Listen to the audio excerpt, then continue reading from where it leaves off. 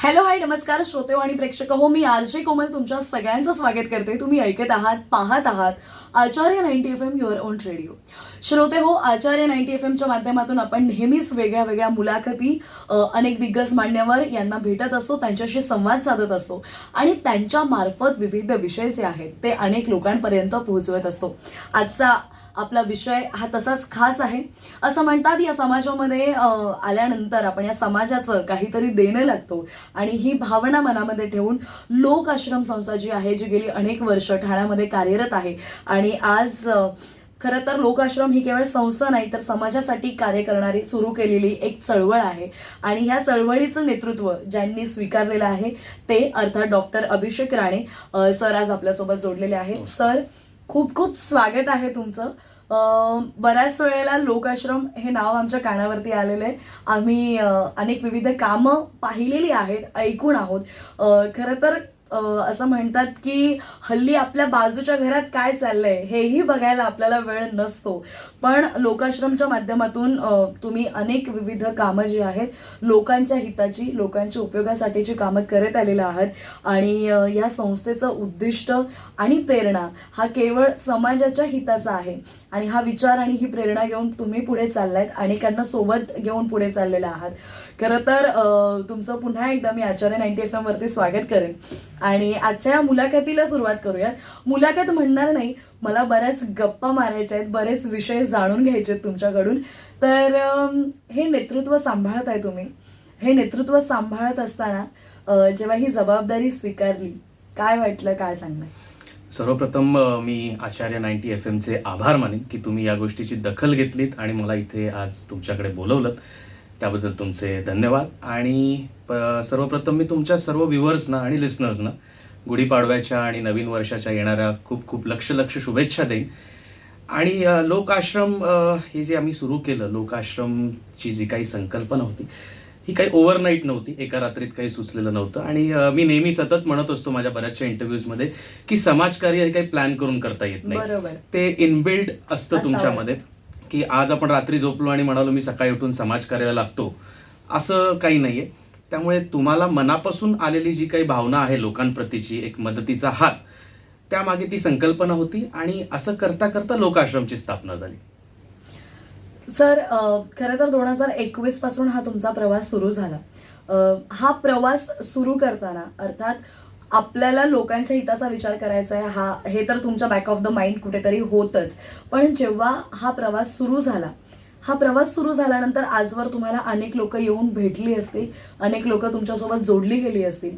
या प्रवासाची सुरुवात कशी झाली आणि जेव्हा सुरुवात होते, आणि असं म्हणतात की प्रत्येक गोष्टीची एक सुरुवात व्हावी लागते, जसं एखादं छोटंसं बीज रोवलं की त्याचं कुठेतरी रोपट्यामध्ये मोठ्या नंतर त्याला पालवी फुटते आणि त्याचा विस्तार वाढत जातो, तसंच आपल्या संस्थेचंही आहे. सुरुवात कशी होती आणि सुरुवातीचा काळ कसा होता?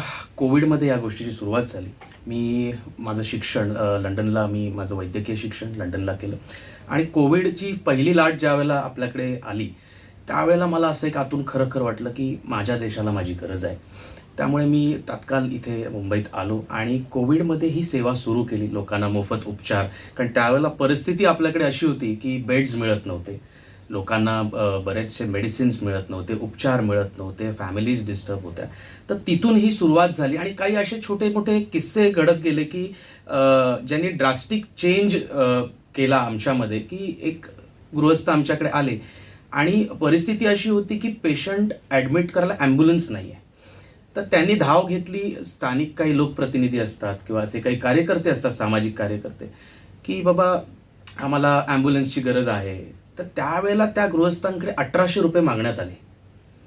तो काळ असा होता की मला असं वाटतं की काही वेल सेटल्ड लोक होती आणि एक ॲम्ब्युलन्स, ज्या व्यक्तीने तुम्हाला 5 वर्ष निवडून दिलेलं आहे, तर तुम्ही लोकांचे सेवक आहात आणि त्या गोष्टीसाठी जर तुम्ही 1800 रुपये एका गरीब गृहस्थाकडे मागता, ते दॅट रिअली शुक मी ऑफ. म्हणजे त्यांनी पूर्ण टेबल टर्न केलं आणि मग ही सुरुवात झाली आणि मग आपण ठरवलं त्या दिवशी की नाही, आपण लोकांसाठी जगायचं आणि लोकांसाठी काम करायचं. खरं तर असं म्हणतात की आपल्या आजूबाजूला बऱ्याच गोष्टी घडत असतात आणि कधी कधी काही प्रसंग असतात ना, आपल्या संपूर्ण आयुष्याला कलाटणी देणारे ते प्रसंग ठरतात. मला असं वाटतंय ह्या प्रसंगातून तुम्ही प्रत्येक वेळेला असं होतं ना की एखाद्या काहीतरी वाईट गोष्ट घडते आणि आपण तितक्यापुरती हळहळ व्यक्त करतो, वाईट वाटतं, पण मला वाईट वाटलं पण मी त्याच्यातून पुढे येऊन काहीतरी केलं पाहिजे, हा विचार कुठेतरी बॅक ऑफ द माइंड तुमच्या मनामध्ये असेल आणि होता. सर, लोकाश्रम म्हटलं की लोकाश्रम संस्थेची ओळख आणि त्याचे जे महत्वाचे मुद्दे आहेत की सेवा, संस्कृती आणि समाजकारण, तर या 3 पॉइंट्सवरती तुम्ही कसं काम करताय? बघा, सेवा म्हटलं तर आता आपण सध्या पॅन इंडिया काम करतोय. आपण आपलं जे काही लोकाश्रम मार्फत HIV, कॅन्सर, TB पेशंटसाठी आपण पॅन इंडिया मोफत ट्रीटमेंट्स, मोफत औषधं आपण पुरवतोय. संस्कृती म्हटलं तर तुम्ही माझे वार्षिक आपले खूप कार्यक्रम असतात, सांस्कृतिक कार्यक्रम असतात. कुठेतरी आपली मराठी परंपरा हे जपण्याचं काम आज आपण करतो आणि मराठमोळे कार्यक्रम, सण आपण एकदम जोरात आणि धूमधडाक्यात साजरे करतो. का तर संस्कृती टिकली तर लोक टिकतील आणि संस्कृती टिकवणं हे आपलं काम आहे. त्यामुळे त्याच्यावरती आपला भर असतो. आणि मदत तर लोकाश्रम कसं आहे, लोकाश्रम नाव देण्यामागचीच संकल्पना अशी होती की त्या लोकाश्रमात लोकांनी यावं, आपली सर्व दुःख तिथे सोडून हसतमुखाने तिथून बाहेर पडावं, अशी ती संकल्पना, म्हणून लोकाश्रम. क्या बात आहे. खरं तर हे लोकाश्रम जेव्हा सुरू झालं तेव्हा तुम्ही एक दृष्टिकोन मनामध्ये बाळगला असणार आणि संस्थेच्या माध्यमातून आज अशा बऱ्याच संस्था आहेत ज्या लोकांसाठी काम करतात, समाजासाठी काम करतात. तुमचा जो दृष्टिकोन होता, दूरदृष्टिकोन मी म्हणेन, की बऱ्याच वेळेला असं होतं की संस्था सुरू होते आणि मग त्याचं काही 1-2 मोठी कामं होतात आणि मग कुठेतरी काही कारणास्तव ती संस्था त्याच्यातून पुढे कार्य होत नाहीत, मी असं म्हणेन. तर तुम्ही जो एक दूरदृष्टिकोन ठेवला, एक दृष्टिकोन ठेवलेला आहे, तो तुम्ही काय कोणता दूरदृष्टिकोन बाळगून पुढे चालताय? बघा, मुळात जेव्हा सुरू झालं तेव्हा कसं होतं, ते अकेले चल पडे ते लोक मिलते गए और कारवा बनता गया. क्या बात आहे. त्यामुळे दृष्टिकोन तुमचा क्लिअर तेव्हाच असतो ज्यावेळेला तुम्हाला विजन दिसत असतं. आणि मी जे विजन आणि जो फोकस ठेवलाय ह्या कामाप्रती, हा खूप प्रामाणिक आणि निस्सीम आहे. त्यामुळे मी आज जे काम करतोय हे मी स्वखर्चाने करतो. मी कुठल्याही प्रकारची देणगी, वर्गणी, डोनेशन्स यामार्फत काही स्वीकारत नाही. त्यामुळे जे काही आपलं वार्षिक उत्पन्न आपल्या वैद्यकीय करिअरमधून किंवा व्यवसायातून जे येतं त्यातले एक 25 ते 30% मी आज या जनकार्यात लोकांसाठी खर्च करतो. वा, बापरे. म्हणजे यासाठी दानत्व, दातृत्व जे आहे ती, म्हणजे मी इंटरप्ट करेन की तुम्हाला असं कोणी म्हणणार नाही की आम्ही संस्थेला कधी 10 रुपये डोनेट केले आणि आम्ही ऑन तुमच्या चॅनल थ्रू सांगतो की कोणी सांगावं की आम्ही संस्थेला काही देणगी, आणि ज्यांनी देवाचं वाटतं आम्ही त्यांना एक ट्रॅक देतो की पैसे देण्यापेक्षा तुम्ही, आज बरेच अनाथ आश्रम आहेत, गोरगरीब मुलं शिक्षणासाठी वंचित आहेत, तर त्यांना तुम्ही काहीतरी पुरवा. त्यांच्यासाठी त्यांचं अभ्यासाचं सामान आहे किंवा वृद्धाश्रम आहेत, अनाथ आश्रम आहेत, इथे जाऊन तुम्ही सेवा करा. कारण ते पैसे योग्य मार्गाला पोचतील याची शाश्वती आज आपण नाही देऊ शकत. त्यामुळे ते मार्गदर्शन आपण करतो, पण आपण संस्थेला 1ही रुपयाचं डोनेशन किंवा वर्गणी घेत नाही. वाव. म्हणूनच मी म्हटलं ना की तुमच्याकडे आहे त्यातलं थोडंसं आपण दिलं पाहिजे किंवा आम्ही ते देतोय. म्हणजे आज भले माझ्यापेक्षा किंवा मी आता सरांचंच उदाहरण घेईल, आज अभिषेक सर आपल्यासोबत आहेत. अभिषेक सरांपेक्षाही अजून बरेच काही छान अर्निंग असणारी लोक आहेत, आपल्यापेक्षा छान अर्निंग असणारी लोक असतात, आपल्यापेक्षा कमी अर्निंग असणारी लोक सुद्धा असतात. पण मला जे मिळतंय, माझी जी मिळकत आहे त्यातून मी काहीतरी करेन, ही कॉन्सेप्टच मुळात प्रत्येकाच्या पल्ले पडणारी नाही, मी असं म्हणेन. आणि तुमच्या चॅनल मार्फत मला असं वाटतं की हा एक अवेअरनेस पण झाला पाहिजे यंगस्टर्स मध्ये की आपण 1000 रुपये जर कमवत असू तर त्यातले 10 रुपये आपण दिले पाहिजेतच. 100%. कारण हे आपण समाजाप्रती देणं लागतो. जर आपण ह्या पृथ्वीवर जन्माला आलोय आणि 10 रुपये 1000 रुपयातले मला असं वाटतं की एनीवन कॅन अफोर्ड. तर तुम्ही 10,000 कमवत असाल तर 1000 रुपये. कारण आज लोकांकडे खूप संपत्ती आहे, काही लोक खूप चांगलं लाईफ जगतायत, पण ती दानत ज्याला आपण म्हणतो ती ज्या दिवशी निर्माण होईल त्या दिवशी समाज भरपूर बदलेल असं मला वाटतं. श्रोते हो, आजची आपली मुलाखत ही फार विशेष असणार आहे कारण आत्तापर्यंत आपण डॉक्टर अभिषेक सर यांच्यासोबत छान दिलखुला संवाद साधत आहोत. लोक आश्रम याबद्दल आपण जाणून घेत आहोत. ही संस्था कशी कार्यरत करते, या संस्थेचा मूळ हेतू काय, उद्देश काय आहे, दृष्टिकोन कसा होता जेव्हा ही संस्था सुरू करण्यात आली, या गोष्टी आपण जाणून घेतल्या. आणि ब्रेक नंतर आपण आत्तापर्यंत संस्थेच्या माध्यमातून जी काही कामं झालेली आहेत त्याचाही आढावा घेणार आहोत आणि इथून पुढे संस्थेचं विजन आणि मिशन काय आहे हेही जाणून घेणार आहोत. पण घेऊयात एक छोटीशी विश्रांती. तुम्ही मात्र कुठेही जाऊ नका. आचार्य 90 FM वरती छान सुंदर मनमुराद गाण्यांचा आणि कार्यक्रमांचा आस्वाद घेत राहा आणि ऐकत राहा Acharya 90 FM your own radio. Acharya 90 FM.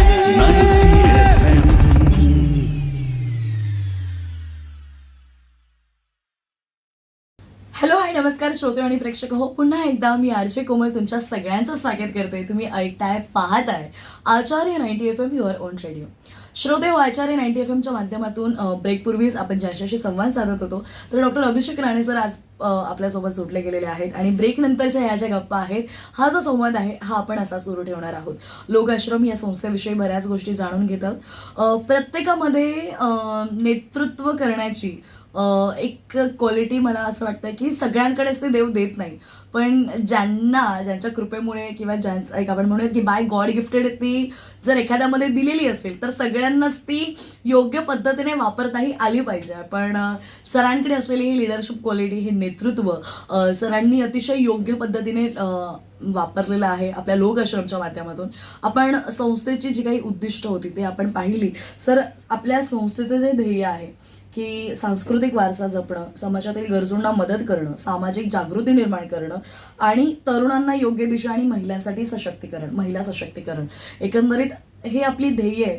पण या ध्येयांवरती काम करत असताना आजवर आपल्या संस्थेने कोणते उपक्रम राबवलेले आहेत? बघा, आता सुरुवात आपण ज्याला कामाची सुरुवात केली त्याला पहिला फोकस आपला मेडिकल बॅकग्राऊंडवरती जास्त होता.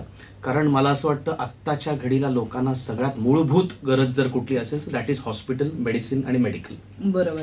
वैद्यकीय उपचार आपण ज्याला म्हणतो.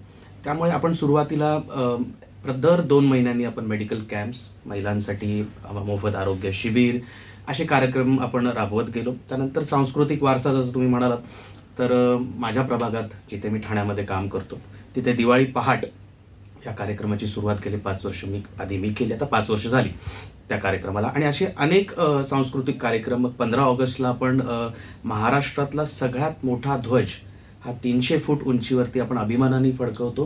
भारतातला 2 नंबरचा आणि महाराष्ट्रातला सगळ्यात मोठा झेंडा. तर याचं कौतुक आणि याची दखल लिम्का बुकनेही घेतली. त्यामुळे असे अनेक उपक्रम आपले सुरू असतात जेणेकरून संस्कृती टिकावी. आणि मगाशी तुम्ही म्हणालात की नेतृत्व कसं आहे, नेतृत्व करणं, नेतृत्व हे दिसतं पण त्या मागचा प्रवास हा लोकांना माहिती नसतो. ज्याला तुम्ही नेतृत्व करता त्याला तुमची एक लिडरशिप क्वालिटी दिसत असते, पण त्या मागचं सहन केलेला जो काही त्रास असतो हा त्या नेतृत्व करणाऱ्यालाच माहिती असतो. कारण अस्तित्वाचा धोका निर्माण झाला की अनेक लोक तुमचे विरोधक बनत असतात आणि त्या विरोधातून मार्ग काढून तुम्ही ज्याला पुढे येतात त्याला तुम्ही एक नेतृत्व करू शकता. 100% दॅट्स ट्रू. अगदी खरं आहे सर. तुम्ही MBBS ही पदवी घेतलेली आहे, MD, त्याचबरोबर गायनोकॉलॉजिस्ट म्हणून तुमचं हे शिक्षण झालेलं आहे. तर माझ्या प्रोफेशनचा मी म्हणेन की एक समाजसेवक म्हणून काम करणं ही पॅशन असू शकते. तर या प्रोफेशनचा तुम्ही पॅशनमध्ये कसा उपयोग करून घेतलात? कारण मी आत्ताच तुम्ही सांगितलं की तुम्ही मेडिकल दृष्ट्या जास्त तुमचा प्रभाव होता की मेडिकल थ्रू आपण वैद्यकीय सेवा जी आहे ती पुरवायची. तर या प्रोफेशनचा तुम्हाला या पॅशनला कसा फायदा झाला? नाही, इनिशियली सुरुवात मेडिकलीच झाली. पण कसं असतं, मी नेहमी लोकांना म्हणतो की लोकांनी तुम्हाला स्वीकारलं पाहिजे. मेडिकली ज्या वेळेला करत होतो त्यावेळेला तेवढंच मर्यादित होतं आणि आपण ते जितकं आपल्याला होतं तेवढं आपण करत होतो. आणि कसं आहे, मदत करणं हे मुळात म्हणजे आपण जेव्हा इनिशियली कॉलेज डेज असतात किंवा आपण शिकत असतो त्याला आपल्याकडून जितकं होईल आपण जेवढं देता येऊ असं आपण करत होतो. पण त्यानंतर हळूहळू तो प्रवास वाढत गेला, लोकांनी स्वीकारलं. आणि म्हणजे नेहमी मी असं म्हणतो लोकांना की माझ्या मुलाला काहीतरी म्हणा, हे बोलणं सोपं असतं. जे आज नेपोटिझम किंवा घराणेशाही आपण ज्याला म्हणतो, पण एक मधलं नाव किंवा कुठलं तरी सिम्बॉल किंवा कुठलं तरी एक गॉडफादर नसणं आणि काम करणं आणि आपला एक आयडेंटिटी बनवणं, याला एक मोठा प्रवास आणि त्याग लागतो. त्यामुळे अशी ती सुरुवात झाली होती आणि ते वाढत गेला तो विस्तार, आणि आज लावलेलं छोटंसं रोप होतं, आज ते अजून लहानच आहे, वाढतंय. त्यामुळे आम्ही प्रयत्न करतोय. नक्कीच सर, कारण जे लोक शून्यातून त्यांच्या प्रवासाची सुरुवात करतात, आय कॅन प्राऊडली से की 0 to hero हा प्रवास ज्याने बघितलेला आहे ना, तो माणूस आयुष्यामध्ये कितीही अडचणी आल्या, कितीही खाचखळगे आले तरी तो हारून जाऊ शकत नाही. ती हार पत्कारून, जरी हार आली तरी ते अपयश आलं तरी ते पत्कारून तो यशाच्या वाटेवरती पुढे चालत राहतो. ज्याच्याकडे गमवायला काही नसतं त्याला पराभवाची भीती नसते. अजून खूप छान वाक्य आहे. नक्कीच, 100%. सर, मला जेन्युइनली एक प्रश्न विचारायचा आहे की आज समाजामध्ये काम करत असताना, विशेष करून ज्या वेळेला समाजाच्या ज्या गरजा आहेत त्या ओळखून जेव्हा काम केलं जातं ना, तेव्हा त्याचा प्रभाव हा समाजावरती आणि लोकांसाठी सुद्धा वेगळ्या पद्धतीने पडतो. जसं की मला एका कार्यक्रमाविषयी, एका गोष्टीविषयी आवर्जून मी इथे उल्लेख करेन. गणपतीमध्ये चाकरमान्यांना गावी जाण्याची एक प्रचंड ओढ लागलेली असते, आणि अशा वेळेला आपल्या ठाण्यातून तुम्ही अशा लोकांसाठी जी एक सोय केली होती, आणि मला असं वाटतं 100% सगळे चाकरमानी हे तिथले आपल्या ठाण्यात तरी चाकरमानी हे बरेच खुश होते. तर असे जे तुम्ही वेगळे वेगळे उपक्रम, की आत्ता ही परिस्थिती आहे ना, मग या परिस्थितीला अनुसरून हा उपक्रम असला पाहिजे, हा जो एक तुमचा कॉन्सेप्ट आहे नाही, कसं आहे, लहानपणी एसटी मध्ये धक्के खाल्लेत आणि गावी जाताना काय लोकांचे हाल होतात हे आपण बघितलंय, अनुभवलंय. तुम्ही असं राबवू तेव्हाच शकता ना ज्या वेळेला तुम्ही त्यातून गेलायत. बरोबर. आणि आपणही पाहिलेलं आहे. त्यामुळे म्हटलं, आम्ही एकदा विचार केला की आज एसटीच्या तिकीट्स मिळत नाही, रेल्वे फुल असतात, आणि चाकरमणी हा म्हणजे आपल्या कोकणामध्ये 2च सण, एक शिमगा आणि गणपती. म्हणजे आपली मराठी मुलं त्यासाठी नोकरी सोडतात. सुट्ट्या नसल्या तर नोकरी सोडतात. त्यामुळे मग असा विचार आला की का नाही. मग अशी ती सुरुवात केली, आणि मग चाकरमान्यांसाठी पहिल्याच वर्षी आपण 18 लक्झरी बसेस ठेवल्या होत्या, आणि प्रतिसाद इतका होता की ठाण्यापुरता मर्यादित होतं, पण बदलापूर, उल्हासनगर, कर्जत, काही मीरा भाईंदरवरून लोक आपल्याकडे अप्रोच झाली, आणि मग ते आपल्यालाही आपली जबाबदारी त्यांनी वाढली. सो आपला तोही उपक्रम दरवर्षी सुरू आहे. नक्कीच. सर, त्या व्यतिरिक्त मला बऱ्याच गोष्टी जाणून घ्यायच्यात. अजून एक महत्त्वाचा मुद्दा आहे, महिला सशक्तीकरण. आज केवळ महिलांसाठी एक छोटे मोठे हळदी कुंकवाचे कार्यक्रम केले किंवा त्यांच्यासाठी काहीतरी सांस्कृतिक तर आपण करतच असतो, पण त्या व्यतिरिक्त त्या पलीकडे जाऊन महिलांसाठी तुम्ही जे वेगळे कार्यक्रम राबवताय, कशा पद्धतीने महिला उपभोग घेत आहेत याचा? नाही, मला असं वाटतं हळदी कुंकाचा मान जो आहे, म्हणजे ते जो तुम्ही वाण देता, ते वाण देण्यापेक्षा महिलांचा मान वाढवा. बरोबर आहे. त्याच्यावरती जर तुम्ही जोर दिलात, कारण आता तुम्ही बघाल ना की अवेअरनेस खूप कमी आहे, लॅक ऑफ एज्युकेशन आणि अवेअरनेस. त्यामुळे आपण एव्हरी 3 months तेही राबवतो की आज करिअर गायडन्स आहे. बरोबर. आज आपली मुलं IAS, IPS ज्या काही सिव्हिल सर्व्हिसेसच्या एक्झाम्स आहेत त्याच्या प्रिपरेशनला घाबरतात. बरोबर. पण त्याच्या मागे जर तुम्ही त्यांना एक फाउंडेशन दिलं किंवा एक बॅकिंग दिलं, तर आज आपलीही मुलं कुठेतरी राज्यस्तरावर, जिल्हास्तरावर, देशस्तरावरती जाऊन कामं करतील. यासाठी आपण महिलांना बरंचसं प्रोत्साहन देऊन त्यांना सपोर्ट करतो. नक्कीच. श्रोते हो आणि प्रेक्षक हो, मला असं वाटतं आजची मुलाखत ही केवळ या मुलाखतीमध्ये, या गप्पांमध्ये तुम्हाला प्रत्येक वाक्यामध्ये हाच एक क्लिअर विजन, किंवा असं आपण म्हणूयात की एखादी गोष्ट जाणवेल की की आम्हाला इथे फक्त जे आजूबाजूला लोक राहतात, जो परिसर आहे, त्या लोकांच्या हितासाठी आम्ही कसे उपयोगी पडू, त्या दृष्टिकोनातून मला असं वाटतं आपल्या संस्थेचं काम सुरू आहे. अजून काही गोष्टी आहेत त्याविषयी आपण बोलणार आहोत, पण वेळ झालेली आहे तुर्तास एका छोट्याशा विश्रांतीची.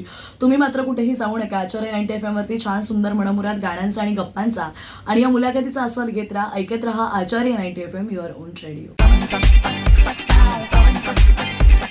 Acharya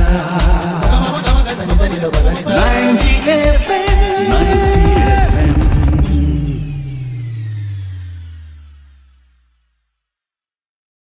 नमस्कार श्रोते आणि प्रेक्षक हो, मी आरजे कोमल पुन्हा एकदा या छोट्याशा विश्रांतीनंतर तुमच्या सगळ्यांचं स्वागत करते.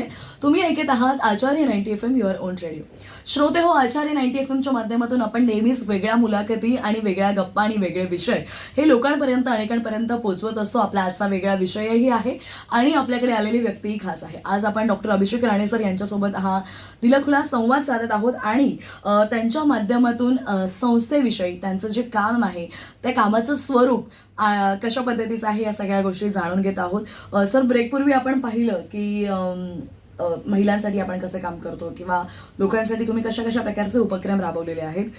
सर, ह्या सगळ्या गोष्टी करत असताना थोडासा वेगळा प्रश्न आहे. या सगळ्या गोष्टी करत असताना, एक नेतृत्व निभावत असताना तुम्हाला काय वाटलं, समाजामध्ये आपली किती गरज आहे आणि कोणत्या गोष्टी तुम्हाला जास्त आढळून आल्या? समाजाला आपली गरज खूप आहे आणि माझ्यासारख्या प्रत्येकाची गरज समाजाला आहे. त्यामुळे मला असं वाटतं की प्रत्येक युवा, प्रत्येक स्टुडंट, प्रत्येक माणसाने त्याची जबाबदारी ओळखून आज जर एक हात पुढे केला तर बराच बदल आपण घडवू शकतो. कारण हे कार्य जे मी कोमलजी तुम्हाला एक आवर्जून सांगेन की दिस इज नॉट इझी. हे सोपं नाही आहे. लोकांना जे दिसतं त्याच्या मागे खूप वेगळं चित्र असतं. आज तुम्ही ज्या प्रभागात, ज्या समाजात काम करता, हे काम सगळ्यांना बघवत नसतं. त्याचं कारण हे आहे की हा आपल्यापेक्षा वरती चाललाय. समाज त्याला स्वीकारतोय, त्याला एक्सेप्ट करतोय. का? तर तो प्रामाणिक काम करतोय. त्यामुळे हे इतकं सोपं राहिलेलं नाही. आणि समाजकार्य करणं हे प्रत्येकाला तितकं आवड नसली तरी त्यांनी त्यात येऊन थोडंफार त्यातला इंटरेस्ट वाढवला तर ते बिल्टअप होत जातं हळूहळू.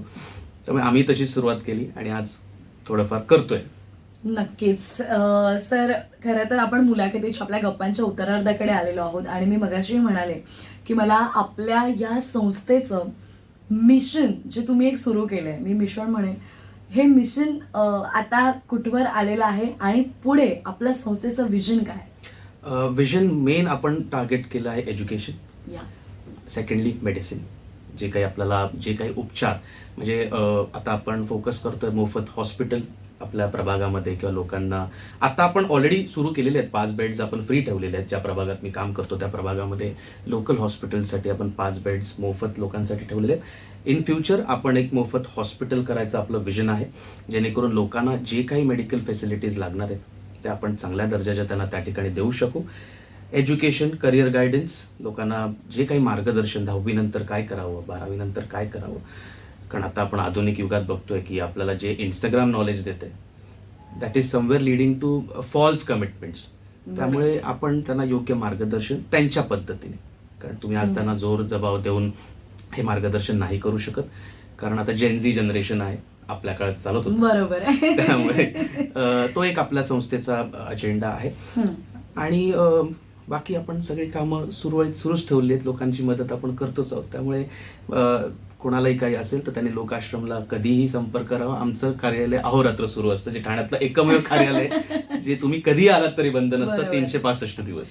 क्या बात आहे. सर, खरं तर आता उत्तरार्धाकडे येतानाच नुकताच एक मुद्दा मला असं वाटतं त्याविषयी भाष्य झालंच पाहिजे. तरुणाई, आजची तरुण पिढी.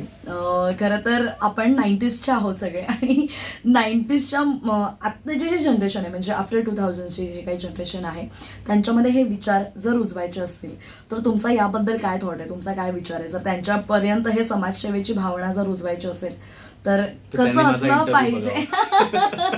तर त्यांनी माझा आवर्जून इंटरव्ह्यू बघावा फॉर शुअर. आणि मला असं वाटतं काय ते मूलभूत तुमच्या आतमध्ये पाहिजे. ते तुम्ही कुठून तरी इनबिल्ट असणं गरजेचं आहे. तुम्ही ग्रास्प नाही करू शकत. ग्रास्प करून तुम्ही एक सर्टन लेवल पर्यंत जाल, पण बियॉन्ड बाउंड्री नाही जाणार तुम्ही. त्यासाठी तुम्हाला ती आवडही पाहिजे आणि आवड असेल तर त्याचं तुम्ही म्हणा प्रोफेशनचं पॅशनमध्ये कन्व्हर्जन व्हायला वेळ लागत नाही. बरोबर. त्यामुळे it should be inbuilt. Exactly. Sir, आज तुम्ही इथे आलात वेळात वेळ काढून. आय नो की किती हा कामाचा मी म्हणेन की कामाचा व्याप खूप मोठा आहे आणि त्यातून आज तुम्ही वेळ काढलात आणि आज स्टुडिओला आलात आणि त्यातही आपल्या संस्थेविषयी, मुळात लोक आश्रम ज्याच्यामध्येच जे नाव ऐकताच एक मायेची ऊब आणि एक म्हणतात ना एक मायेचा ओलावा जो आहे तो जाणवतो. तर असं हे मला असं वाटतं ज्याचं कोणी नाही त्यांच्यासाठी लोकाश्रम आहे. एक हक्काचं ठिकाण, हक्काचं मी म्हणेन की नक्कीच. माहेरघर म्हणूयात, तर अशी ही जागा जी तुम्ही निर्माण केलीत, जी तुम्ही सुरू केलीत आणि आज अनेकांचे आधार बनलात. तर तुम्ही जे उचललेलं पाऊल आहे त्यासाठी तुम्हाला मनपूर्वक शुभेच्छा. आणि धन्यवाद. इथून पुढे तुमचं आपल्या संस्थेचं काम हे असं सुरळीत सुरू राहावं अशी इच्छा मी बापाकडे व्यक्त करते आणि तुम्हाला खूप शुभेच्छा देते. पण तुम्हाला जाता जाता विनंती असेल की आज जे आपल्याला तमाम अनेक लिसनर्स आहेत, आपले श्रोता वर्ग आहेत, जे ऐकतायत, जे आपल्याला युट्यूबवर पाहत आहेत, त्यांना जाता जाता तुम्ही काय एक जर मेसेज द्यायचा झाला तर काय? सर्वप्रथम मी तुमचे आभार मानेन आचार्य 90 FM मला योग्य समजलं इथे बोलवण्यासाठी. त्याबद्दल तुमचे आभार आणि धन्यवाद दोन्ही. आणि मी तुमच्या व्ह्युअर्सना सगळ्यांना इतकंच सांगेन की उठा, बरोबर. कुठून तरी सुरुवात करा. कारण तुमच्या उद्याची सकाळ ही कधी लेट नसते. त्यामुळे तुम्ही उद्याही सुरू करू शकता, आत्ताही इनफॅक्ट सुरू करू शकता. आणि तुमच्या लाईफमधला 1% तुम्ही लोकांसाठी खऱ्या अर्थाने मनापासून जर तुम्ही स्पेंड केलं तर तुम्हाला ते एक इनर सॅटिस्फॅक्शन नक्कीच मिळेल. त्यामुळे there is never too late, so you can start it tomorrow morning. क्या बात आहे. अतिशय पॉझिटिव्ह. मला असं वाटतंय जेव्हा खूप थकलेलं असेल आणि मला वाटतं सरांनी जसे आता काही वर्ड्स जे अगदी मोलाचे आहेत, जे आपण ऐकले, तर आपण कुठेतरी तिथून पुन्हा एक पॉझिटिव्ह होऊ शकतो. माझंच असं झालेलं की दिवसभर हेक्टिक शेड्यूलमुळे आता मला मुलाखत घ्यायची, पण आज मुलाखतीमध्ये आज जेन्युन जे काही वाटतं ते मी बोलते. आज मुलाखतीमध्ये या गप्पा सुरू असताना, हा संवाद सुरू असताना जेव्हा इतके पॉझिटिव्ह विचार समोरून आले तेव्हाच ती एनर्जी अजून वाढलेली आहे. तर मला असं वाटतंय अशा नेतृत्वाची आपल्याला खूप गरज आहे. आणि मी एक अजून ऍड करीन, तुम्ही जसं म्हणाल युथ, की यंगस्टर्सना मी एवढंच सांगेन की आज तुम्ही जे फेस करताय दॅट इज एन्झायटी, डिप्रेशन आणि स्ट्रेस. हे जे 3 प्रॉब्लेम्स हे जगातले आत्ता खूप मोठे आजार आहेत आणि त्याच्यासाठी कुठलंही मेडिकेशन नाही आहे. त्यामुळे जर असं काही तुम्ही फेस करत असाल तर आय वुड से की तुम्ही इनर सॅटिस्फॅक्शनसाठी ही कामं सुरू करा. 100% ओव्हर थिंकिंग बंद करा आणि मेडिटेट करा रादर, किंवा तुमचं माइंड कुठेतरी अशा ठिकाणी डायव्हर्ट करा की जिथून तुम्हाला हे निगेटिव्ह थॉट्स येणार नाहीत. क्या बात आहे. आणि मुळात जेव्हा आपण असं काहीतरी काम करतो ना, तेव्हा मिळणारं जे समाधान असतं, आपण त्याला मानसिक समाधान म्हणूयात, त्यामुळे जे एक सॅटिस्फॅक्शन लेवल असते ना, आत्मिक सुख. आत्मिक सुख, त्याच्या पुढे सगळे प्रॉब्लेम्स आणि हे सगळं विसरायला होतं. त्यामुळे जाता जाता सरांनी अतिशय मोलाचा संदेश इथे दिलेला आहे. पुन्हा एकदा सर तुमचे खूप खूप आभार आणि भावी वाटचालीसाठी खूप खूप शुभेच्छा. धन्यवाद. श्रोते हो, आपली आजची विशेष मुलाखत, आजचा हा विशेष संवाद तुम्हाला कसा वाटला या प्रतिक्रिया नक्की कळवा. आज आपल्यासोबत डॉक्टर अभिषेक राणे सर जोडले गेले होते. केवळ मुलाखत ही त्यांच्या संस्थेविषयी माहिती करून घेणं हा भाग नव्हता, तर आज अनेक लोक, आजची तरुणाई, आजची तरुण पिढी, मुलं असतील, मुली असतील, त्यांच्या सगळ्यांसाठी एक खूप चांगला संदेश देणारी आजची मुलाखत होती. आणि त्याचबरोबर ज्या महिला आहेत किंवा अनेक वृद्ध असतील, अनेक लोक आहेत ज्यांच्यासाठी सरांचे काम कसं राहिलेलं आहे याचा एक आढावा आपण घेतलेला आहे. ही मुलाखत तुम्हाला कशी वाटली या प्रतिक्रिया नक्की कळवा. आचार्य 90 FM ला सोशल मीडिया प्लॅटफॉर्मवरती नक्की फॉलो करा आणि अशाच अपडेट्ससाठी आणि अशाच नवीन सुंदर सुंदर मुलाखतींसाठी, गप्पांसाठी स्टे ट्यून आणि ऐकत रहा आचार्य 90 FM युअर ओन रेडिओ. धन्यवाद.